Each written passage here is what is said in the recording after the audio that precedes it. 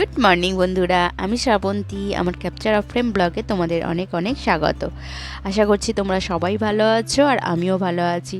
আর আজ হচ্ছে মঙ্গলবার, আজ হচ্ছে 16ই এপ্রিল, আর এখন ঘড়িতে বাজে প্রায় 8:30টার মতো। আর এখন থেকে তোমাদের সাথে নিয়ে আমার ব্লগটা স্টার্ট করছি। আশা করছি তোমাদের ভালো লাগবে। তো এখন সকাল 8:30টার মতো বাজে, আর দেখো ছাদে কি ভীষণ রোদ পড়েছে, তো প্রচণ্ড গরম। তো আজকে সকাল সকাল আমার স্নান পুজোটা হয়নি, কারণ আমি ওকে স্কুলে পাঠানোর আগেই স্নান আর পুজোটা সেরে নিই। তো আজকে একটু লেট হয়ে গেছে। তো ওকে স্কুলে পাঠিয়ে দেওয়ার পর বেশ কিছু জামা কাপড় কাচার ছিল, তো সেইগুলো কেচে দিয়ে তারপরে স্নান করে চলে এসেছি এখন ছাদে মেলতে।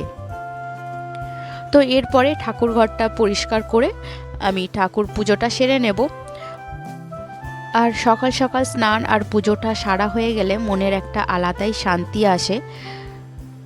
তো এখানে দেখো আমি ঠাকুরঘর ভালো করে পরিষ্কার করে তারপরে ঠাকুর পুজোটা সেরে নিয়েছি, আর এখন একটু চা বসাচ্ছি। তো কর্তামশাই আজকে চলে এসেছে, কারণ যেহেতু আমি আজকে এই সময় স্নান আর পুজোটা সেরেছি, তো সেই জন্য ওই টাইমটা মেকআপ হয়ে গেছে। তো ওই অন্য দিন এই সময় হয়তো আমি মানে সবজি টবজি কেটে রেডি করে রাখি, তো আজকে একটু সব কিছুই লেটে লেটে চলছে। তো যদিও কোনো অসুবিধা নেই এই গরমে। তো কর্তামশাই বলছে একটু যতটা পারো যে ঝোল করো বিভিন্ন সবজি দিয়ে, তো সেই জন্য তো হালকা পাতলাই রান্না আছে। তো কর্তামশাই আসার পর আমরা চাটা খেয়ে নিয়েছি, আর নিয়ে এখন চলে এসেছি রান্নাঘরে। তো রান্নাঘরে একটুখানি আলুর ফুরনি করেছি, তো সেটা তো দেখানোর মতো সেরকম কিছু নেই। তো ওটা দিয়েই মুড়ি খাবে বলেছে। তো আজকে কর্তামশাই একদম হালকা পাতলা খেতে চাইছে, তো ভাবলাম আজকে একটু বড়ি, একটুখানি হচ্ছে ডাঁটা, এইসব দিয়ে সমস্ত রকম সবজি যা আছে সেই সবজি দিয়ে ঝোল বানাবো। তো এখানে প্রথমে আমি বড়িটাকে একটু লাল করে ভেজে নিচ্ছি। তো বড়ি ডাঁটা আলু দিয়ে ঝোল এর আগে আমি কোনোদিন বানাইনি, তো আজকে প্রথম বানাচ্ছি, দেখি কীরকম হয়। তো প্রথমে আমি বড়িটা ভেজে নেওয়ার পর আলুটাকেও একটু ভেজে নিয়েছি। আর এরপর তেলের মধ্যে অল্প একটু পেঁয়াজ ফোড়ন দেব। পেঁয়াজ আর একটু তার আগে আমি একটু কালো জিরে ফোড়ন দিয়ে দিয়েছি। আর এরপরে পেঁয়াজ দিয়ে একটু নাড়াচাড়া করে নিয়ে আর এর মধ্যে সবজিগুলো দিয়ে দেব, আর অল্প একটু আদা বাটা দেব।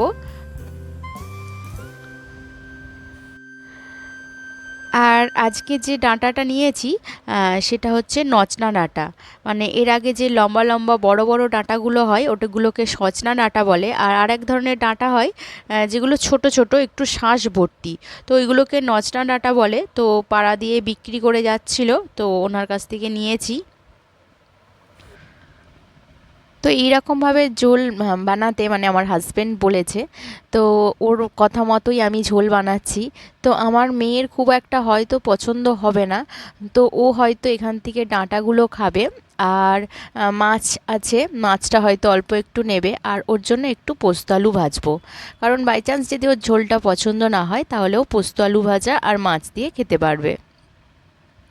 তো এখানে দেখো মশলা একটু সবজিগুলো দিয়ে হালকাভাবে নাড়াচাড়া করে নেব, নিয়ে একটু অল্প করে লঙ্কা হলুদ জিরে ধনিয়া খুবই অল্প অল্প করে দেব। তো এখানে সমস্ত রকম দিয়ে একটু কষিয়ে নিয়ে জল ঢেলে সিদ্ধ করে নিয়েছি, আর শেষে একটু বড়িগুলো দিয়েছি। বড়িগুলো একটু নরম হয়ে এলে অল্প লবণ আর একটু অল্প একটু চিনি দিয়ে নামিয়ে নেব। তো এর ওপরে নরম হয়ে যাওয়ার পর মাছগুলো দেব, বলতে একটু ভুলে গেছি। তো এবার মাছগুলো তুলে দেব। তো মাছগুলো দিয়ে একটু 5 মিনিট একটু রেখে দিয়ে তারপরে নামিয়ে নেব। তো দেখো এখানে আমার কিন্তু ঝোলটা কমপ্লিট হয়ে গেছে, আর গরমের জন্য এই ধরনের ঝোলগুলো কিন্তু ভীষণই ভালো আমাদের জন্য, শরীরের জন্য। আর অল্প একটুখানি হচ্ছে ঢ্যাঁড়স ছিল, সেটা একটু আলু পেঁয়াজ দিয়ে একটু ঝাল ঝাল করে চচ্চড়ি করে নিয়েছি। আর মেয়ের জন্য বললাম পোস্ত আলু ভাজবো। তো এরপরে হাজব্যান্ড খাওয়া দাওয়া করে বেরিয়ে গেছে, আর আমি একটু চানাচুর আর একটু আলু আর একটু শসা কেটে নিয়েছি। তো আমাদের মান্থলি যে তেলের বাজার কিছু বাজার এসেছে, তো সেই বাজারগুলো এখন একটু গুছিয়ে রাখবো। তো চাল চাল বলতে ভুল করলাম, একটু ডাল, তারপরে সর্ষের তেল, সাদা তেল, সাবান, বাসন মাজার সাবান, মুড়ি, তো এইগুলো শেষ হয়ে গিয়েছিল।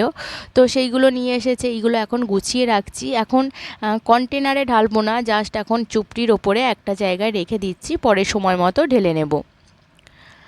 আর এরপরে হচ্ছে আমি কিচেনটাকে ভালো করে পরিষ্কার করতে চলে এলাম। তো প্রচণ্ড গরম পড়েছে, এই গরমে কিন্তু একদমই কাজ করতে ভালো লাগছে না।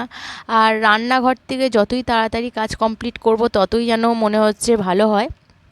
তো এখন গরমের মধ্যে চেষ্টা করছি সকালের দিকে কাজগুলো কমপ্লিট করে নেওয়ার।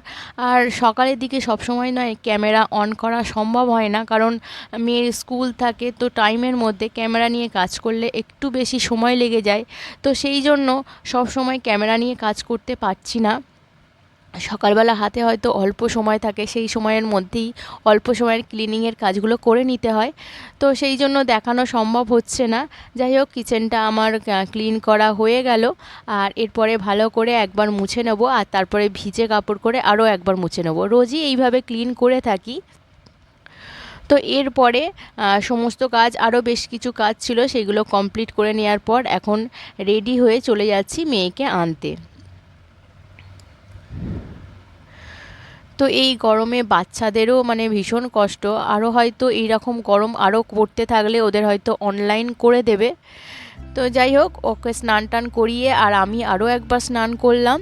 তো ও নিজে এখন নিজের জামা কাপড়গুলো পরতে পারে, ক্রিম মাখতে পারে, তাও আমি জামা কাপড় স্নান করিয়ে পরিয়ে দিয়েছিলাম, আর বাদ বাকিগুলো মানে ক্রিম মাখা, চুল আঁচড়ানো, তো ও এখন নিজে নিজেই করে। তো যখন আমাকে দেয় আমি করে দিই, কিন্তু এখন ও আমাকে নিজে দিতে চায় না, এখন চায় ও সব কাজ নিজের কাজ নিজে করবে। তো সকালবেলা যখন স্কুলে যায় ওর নিজের ড্রেসটাও মানে আমাকে পরাতে দেয় না, ও নিজেই পরে। তো আমি একটুখানি হাত লাগিয়ে দিই, যেমন চুলটা ওকে বেঁধে দিতে হয়।